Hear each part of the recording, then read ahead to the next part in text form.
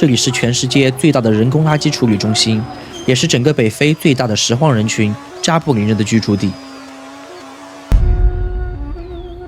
这里是世界上最高效的垃圾处理工厂，也是埃及最大的贫民窟之一穆卡塔姆山。开罗作为整个中东地区最大的城市，超2000万的人口，每天都会产出1万吨的垃圾。然而，你敢相信吗？这1万吨垃圾的2/3都由这座城市的非正式垃圾处理专家扎布林人纯手工处理。他们每天从首都的街道上收集垃圾，并将其带回家中，用最原始的方法手工分拣、回收加工。这种看似混乱的回收方式，却让其成为了全世界最高效的垃圾处理工厂。这是一个关于生活在垃圾山里的民族扎布林人的传奇故事。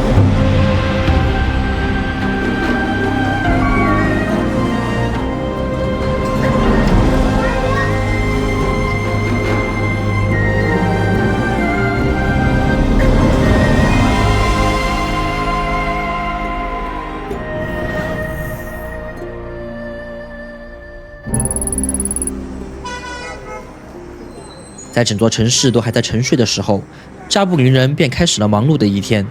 他们穿梭于开罗的大街小巷，将所有的垃圾都装入他们的货车当中。这1万吨垃圾就这样悄悄地被运往了位于开罗东面的垃圾山上。Hello， 大家好，我是菲菲，我现在即将前往扎布林人居住地穆卡塔姆山。虽然很多当地人都劝我不要去觉得非常危险，但是呢，我还是想亲眼去看一下这个全世界最高效的垃圾回收系统到底是怎么运作的。大家拭目以待吧。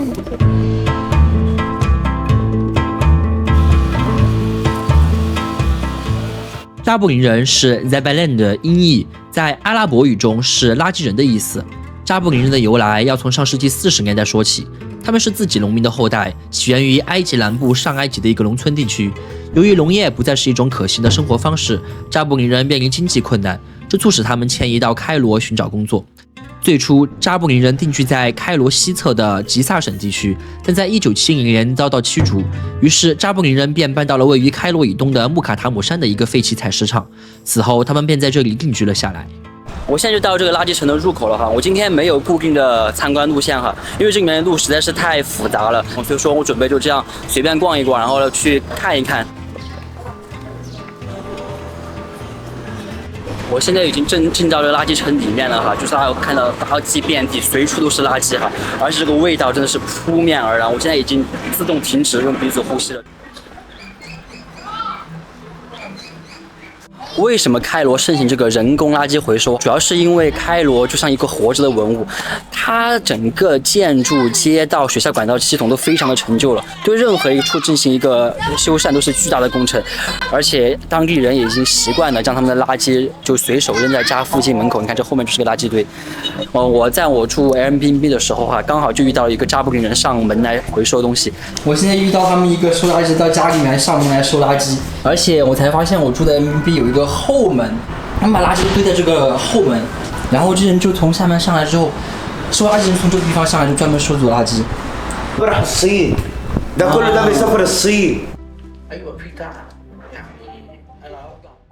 大家看到这些垃圾车把这些垃圾都拉回他们自己家，他们做的第一步就是分类。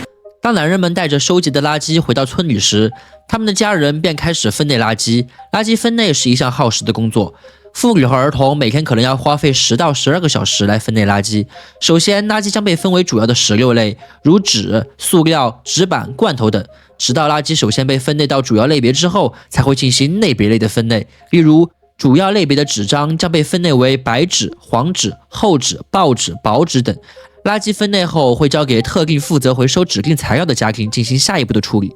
我现在在这个区域呢，是专门回收易拉罐的，可以看到后面他们的易拉罐全部运到这个后面这个大机器做，好像是个液压机会把它全部压扁，然后做成这个样子。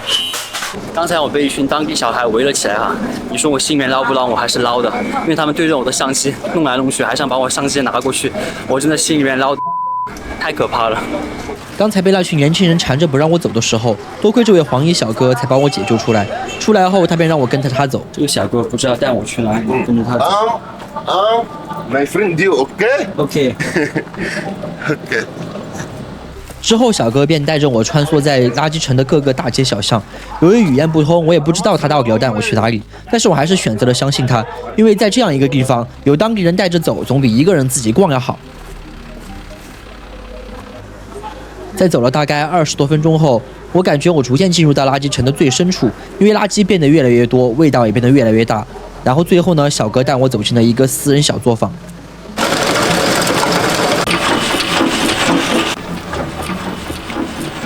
我终于明白之前看到的那些收集的一块一块大坨这样的东西到底要干嘛了。被回收之后，最后的成品就这个沉甸甸的一块一块的铝板，这个东西我可以直接送给工厂做再次加工哈。易拉罐应该是最好回收的一个东西之一了，因为它这个可塑性非常高哈。小哥为了让我了解具体的工作流程，于是手舞足蹈地给我演示了整个易拉罐的回收过程。小哥在展示他们怎么做的这个易拉罐，这个盖上去。啊 ，OK， 它这个放在上面去接住然后再给我还原过程，浇筑。哦，后面他又给我展示了2个机械，我没有太明白具体是做什么的，大概是过滤装置，用来制作铝粉。如果有了解的朋友，请留言告诉我。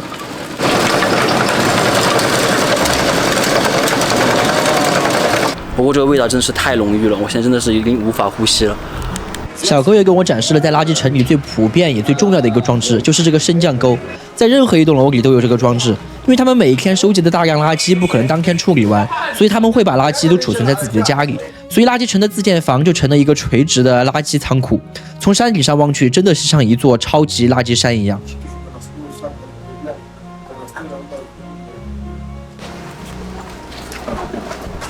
随后，小哥又带我参观了一系列垃圾回收工厂。第一次看见原来塑料可以通过这样的方式来回收。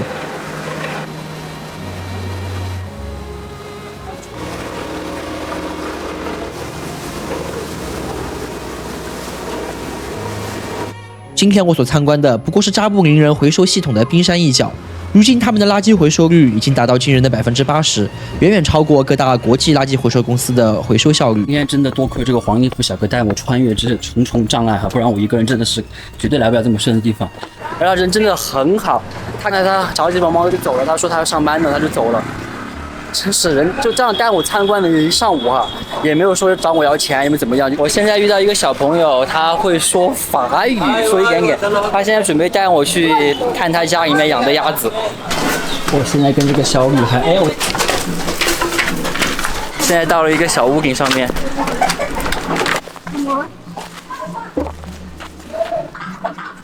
是他们自己养的鸡鸭。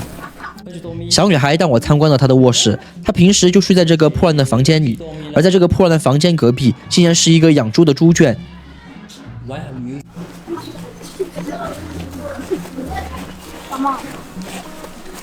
大家看我后面，这是他们的一个超级大猪圈。养猪对于他们来说是非常重要的一个步骤。养猪是整个垃圾分类非常重要的一个部分，经过垃圾分类后的有机废物将作为猪的饲料。扎布林人并非穆斯林，他们可以将猪肉作为食物来源。其次，他们也会将猪肉出售给一些度假村供游客使用。2009年4月，为了应对 H1N1 流感的传播，埃及农业部下令捕杀了全国境内的所有猪。由于缺少了消耗有机垃圾的重要环节，在此期间，开罗街道上的垃圾堆和腐烂食物明显增加。此外，扎布林人也会在屋顶搭建木质塔楼来养殖鸽子。鸽子肉作为一道埃及传统美食，也为扎布林人增加了部分收入。而这些位于屋顶的塔楼，也给开罗造就了一道独特的城市天际线。Seis ecos. Bihar. Bihar. Manuel. Manuel. Karas. Cara. Come on. Dice. Come on. Dice. Come on.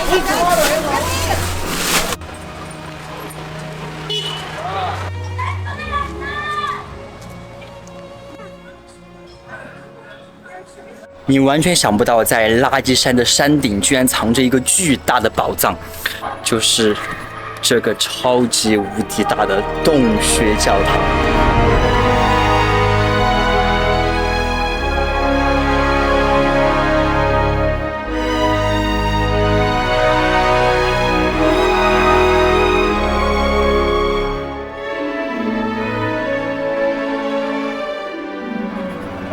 这真的就是天堂和地狱就只有一线之隔。从山底一路爬上来之后，到了这个山顶，看到这个教堂之后，简直就是哇哦！这个洞穴教堂呢，它非常厉害，它大概有2万个座位，是现在目前埃及最大的一个教堂。埃及呢，虽然是一个出了名的穆斯林国家，但埃及并不是所有人都是信伊斯兰教的。在埃及呢，有10%左右的人口呢，其实是信基督教的。刚才我们看到的垃圾山上这个垃圾城，大概现在是有5万多人在里面居住。这里面呢，90%人口呢，它都是基督教徒，所以其实它是一个很大的基督教社区。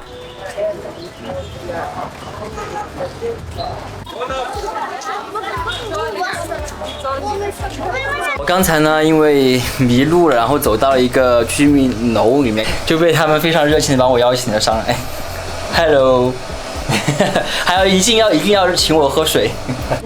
大哥们不仅请我喝了可乐，还一再要求请我吃饭，最后被我婉言谢绝了。اسمك ايه؟ اسمه ايه؟ اسمه ايه؟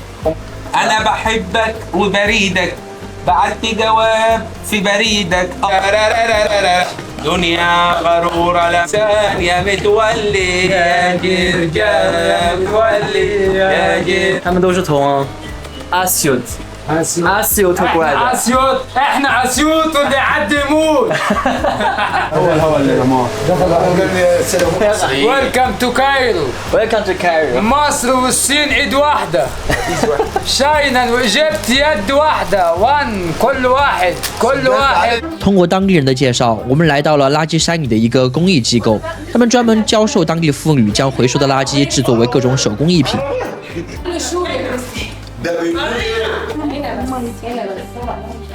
我刚好遇到他们正在利用玻璃制品制作艺术品，他们会在制作之前画一个简单的设计稿，之后会用玻璃切割成自己需要的形状，再贴到盘子上。我本来以为这就是最终成品，正在想好像不是特别好看的时候，他们就带我到了另外一个房间，这里有一个大型设备，他们告诉我这是一个加热装置，他们将做好的盘子会放到里面去加热，出炉之后的盘子才是最终成品。刚才要看的是半成品啊，这个才是成品。大家看，融化之后就融化进去，这个玻璃就融为一体了。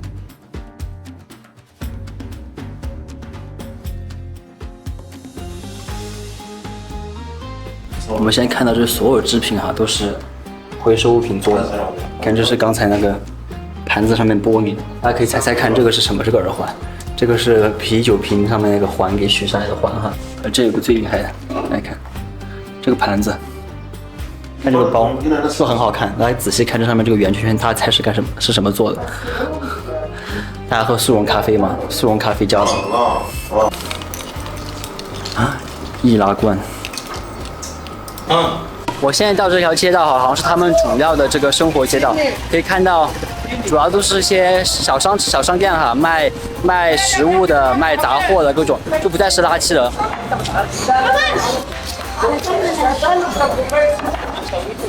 哎，大家看哈，这个垃圾城里面居然还有 PS 店，眼里有小朋友正在玩 FIFA 吧，在打足球呢。一会儿他妈就来抓他们2个了，你看，悄悄打。我这个埃及小狗挽着不知道去哪里，挽着我不知道带它去哪。带我到这个。被一群小学生包围了。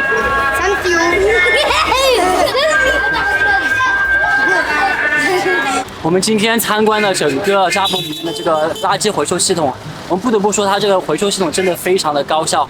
看似杂乱无章，但其实背后都是条理清晰的，所以才能达到这么高效的垃圾回收。但是同时呢，我们也不得不担心哈，他们这个生活条件和健康状况。我们可以看到，他们吃喝拉撒住都是在这一堆垃圾堆里面。我光是今天这样逛了一天，我的鼻子和口腔都感觉到明显的异味和很不舒服的感觉。难以想他们在这种环境里面长大生活，每一天都待在这个山里面，每天在这些垃圾堆里面翻找分类。如果有垃圾上面沾染的一些病菌的话，很容易就会被感染上了。即使他们戴着一些手套，但是有这么多的锋利物在垃圾堆里面，很容易就不小心划伤了自己的伤口，就有可能被感染上疾病哈。近些年哈，开罗政府和几个跨国的垃圾回收中心哈是签订了一个合同，这也导致哈扎布云人的未来生存会有非常大的危机，因为等于是有人来抢占他们的市场嘛。扎布云的未来到底何去何从，我不得而知。不过我希望开罗人民真的不要忘记这群为城市做出默默奉献的拾荒民族。我也希望在未来扎布云能找到一条更加卫生、健康的，也继续保留他们如此高效回收系统的一种回收方式。好了，今天的视频到这里就结束了。如果你喜欢我的视频的话，请记得评论、点赞、加关注。我们下一个视频见，拜拜。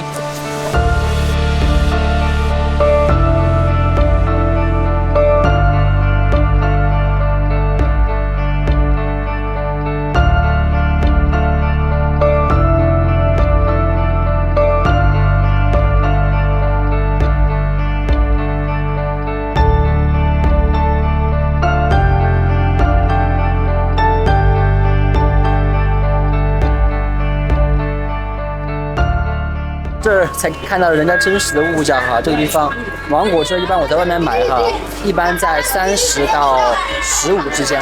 这个地方大家知道多少钱一杯吗？7块钱一杯。我平常不和游客接触的当地人真的其实是很好的，他们绝对不会坑你。你看这种7块钱，说实话，他要是跟我说15块、10块什么，就按市区价跟我说，我也会给。但是很多来旅游的人哈，因为你不会像我这样来这些地方，也就去旅游区，所以就会对埃及产生非常不好的印象，就觉得埃及人不好。我们看到的可能只是某一个面，就你不可能就是遇到几个人就代表所有埃及人的。